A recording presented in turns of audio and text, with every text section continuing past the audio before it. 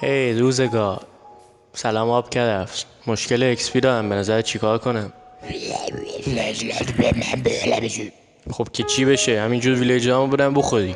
نه بعدش جاهله میشونی. نه جالب بود. ممنونم آب کرفس.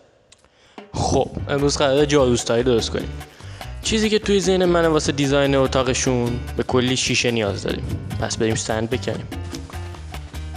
یه دونه هوه درست میکنیم فولین چند، اسمش هم میذاریم کبیری بیبه. برادر در حال جمع آوری اسکال زیچگه.